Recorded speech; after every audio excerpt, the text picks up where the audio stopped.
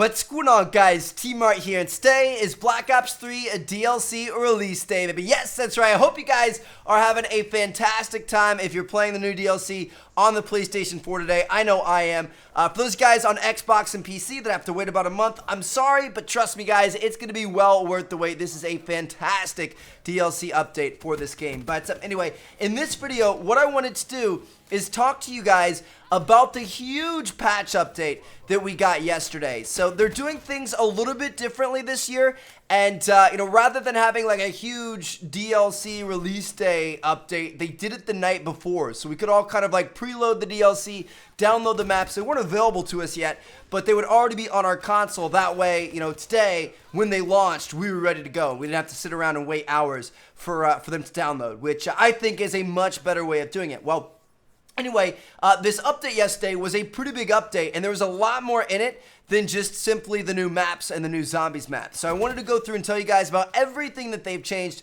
because there's quite a lot of stuff. Everything from weapon balancing to specialist balancing to score streak balancing, general improvements, all kinds of crazy stuff, and I wanted to make sure you guys knew what happened. So starting off here with the general multiplayer changes, they said that they improved the XP earn rate consistency across game modes. So I'm not sure if they mean that they kind of like tweaked it up or tweaked it down there, but they kind of made it so that all the different game modes are a little bit closer in their XP earn rates, which is kind of interesting. We'll see how that shakes out.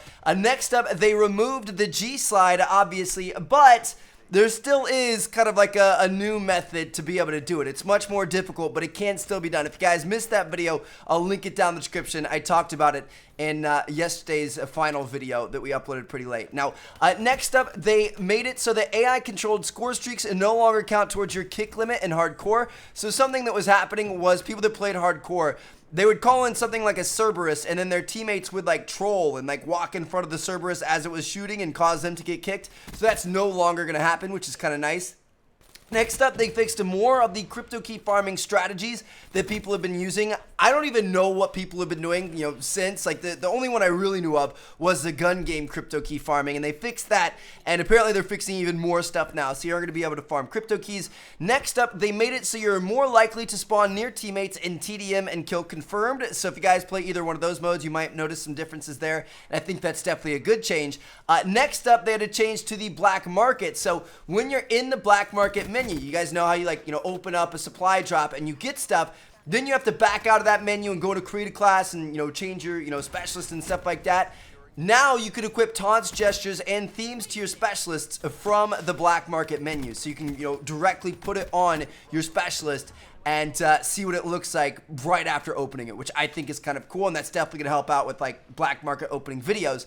And then finally, they added a huge new feature where you can view other players' combat records by hovering over their name and going down to their details and stuff, which I think is pretty cool. Now, next up, let's talk about some of the balancing they did in multiplayer. So, starting off with these specialists, Nomad's Rejack got a buff. Yes, that's right, guys. It got a buff. A lot of people might be a little bit upset about this, but it's not too bad. Basically, all they did was increase the stand-up speed that he has. So, when you choose that you want to revive yourself, you're going to get up a little bit quicker, get your gun out a little bit faster. Hopefully, it's not too big of a difference, but I've got a feeling they wouldn't, buff it too hard, because a lot of people really don't like that specialist ability. Next up, the Reaper's footsteps volumes were increased. So, if you guys didn't know, the Reaper actually had the most silenced footsteps out of all the specialists, which was kind of a weird thing, and it's because he's like a robot, obviously. He doesn't have like a typical like boot hitting the ground. It's more of like a mechanical sound. So they increased his footsteps, so it's a little bit more in line with all the other specialists, which definitely makes it more fair. And then finally, on Spectre's Ripper, you guys know how like if you activated the Ripper and then you died right after, you'd still have a lot of the Ripper filled up. They took that down. There's not as much left over after activating and then dying, which I think is fair too. I feel like, if you tried to rip somebody and got killed, you were already like 3/4 of the way to a Ripper before. So I feel like that was a little bit quick. Now, that's going to do it for the specialists. Let's get into the gun balancing that they had with this new update. So they said that across the board, across all weapons, they fine-tuned the rapid-fire effectiveness. So I still haven't figured out what this means. As soon as I do, I'm planning on making a follow-up video for you guys. But it sounds like they could have potentially messed with rapid fire and maybe even buffed it, which if I was to guess, that's what I would guess. You know, in Black Ops 3, rapid fire is significantly less effective than it has been in years past. So I don't know, that could be kind of interesting. Rapid fire might be a little bit more viable attachment now. We'll have to wait and see. Like I said, if I figure it out, I'll make sure I follow up with the video for you guys. But anyway, so next up, talking about the weapons, SMGs reduced sprint out speed across the board, and then also they fixed the radar glitch on the VMP. So part of me is very excited about this. Part of me is kind of sad. Obviously, it's, you know, a very, very significant advantage to never show up on the radar, even when shooting unsilenced. I made a video about that, if you guys remember that, a couple of weeks ago.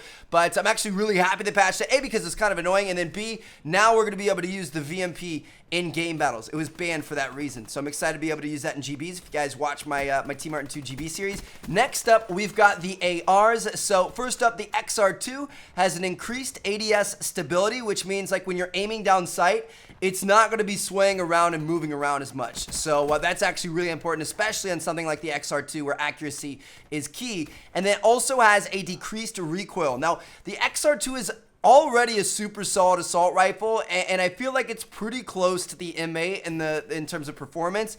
With this decreased recoil, we may have an interesting battle for the best marksman AR in that that class. You know, not counting the Shiva, obviously, but I don't know. We'll have to wait and see. That's kind of interesting.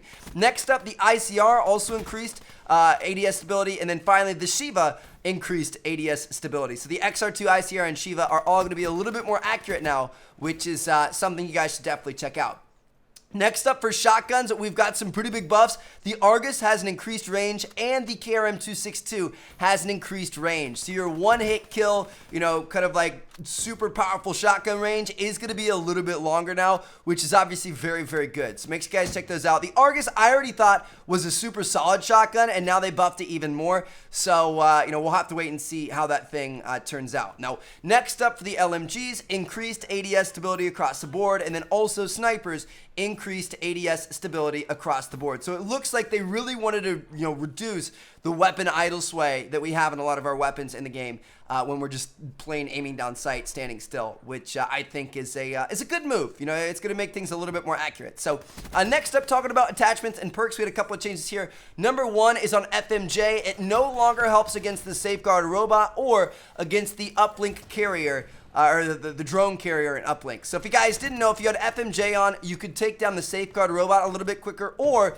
it would help you get through the ball carrier's, you know, kind of like protective armor a little bit easier.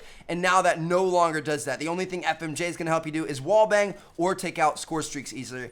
And the next up, the awareness perk has been nerfed. Yes, that's right, guys. So the audible range bonus has been reduced. You aren't going to be able to hear footsteps quite as far away now, which is a pretty significant thing there. So I think dead silence definitely is the way to go now. Now, next up, finally, let's talk about score streaks. There's actually quite a few big changes here. So they adjusted the amount of points it takes for a few of the different score streaks. Some of the ones that come to my head are like the Raps was reduced by like 25 or 50, I think. The Power Core was reduced by a couple of hundred. There was a little bit of change in terms of the, you know, kind of like order in which you get them, but I think it was a good move, especially on that Power Core. I literally never see Power Cores online, and I know it's like a dark matter challenge and stuff I'd like to get, but I don't think I've ever come across one. So I hope more people are going to start running and getting that. Next up for the Cerberus, which actually is one of my favorite score streaks, they increased the health of the dropship, so it's going to be harder to take it out when it drops down the ground. And then they also increased the AI targeting speed, accuracy, and damage. So if you're not somebody who likes to lay down and control this thing, it's going to be much, much more lethal now, which is obviously pretty cool. And they also increased the missile accuracy and speed. So when it's shooting missiles, they're going to be more accurate and they're going to get to their destination quicker, which is obviously very powerful. Now, next up for the Hellstorm missile, they increased the damage, radius, speed, and targeting. So overall, the Hellstorm received a pretty huge buff. That thing was amazing back in the beta and stuff, and they nerfed it to smithereens, but it sounds like it could be a little bit better now. The Mothership received a health increase. I'm not sure how much, but I think that's a good move for sure. It's a little bit too easy to take that thing down. The Raps received an increase in the health of their deploy ship. So, you know, obviously that deploy ship is a sitting duck. Like, it comes in the map and drops like 3 different sets of Raps. map, so a lot of people will usually take it out before it gets that second or third setup. But now it's got a little bit more health to help you out with that. And then finally, the GI unit received a pretty big buff in the fact that it's got 2 more dropship flares, it's got increased health, and they increased the duration that it stays on the map to 90 seconds. So the GI unit, it's one of the bigger score streaks in the game. Hasn't ever really been worth it in my opinion, but it sounds like it could be significantly better now with this patch, so we might have to check it out. And yeah, there you guys have it. That's pretty much like the main, you know, kind of like points of this patch. Obviously, there was a lot of other little stuff that goes on behind the scenes, and a lot of stuff we might not notice right away, like, you know, tons of little, you know, map glitch patches, game mode patches, you know, spawn tweaking, zombies patches, even some campaign patches. A lot of stuff in the Dead Ops Arcade if you guys play that. So it was just, I think this is the biggest update we've had yet, and there's a lot of stuff going on, both that we're going to notice right away that I mentioned in this video, as well as a lot of stuff behind the scenes that, you know, might not be as apparent. But I think Treyarch's doing a fantastic job, and like I said, we have new DLC, which is very exciting. So yeah, there you guys have it. I hope you guys enjoyed the video. Thank you guys so much for watching. Let me know what you guys think about this patch. Do you agree? Do you disagree? What would you change? Thanks again, guys. I'm going to catch you guys later. Check out these two videos if you haven't seen yet. Peace out, guys.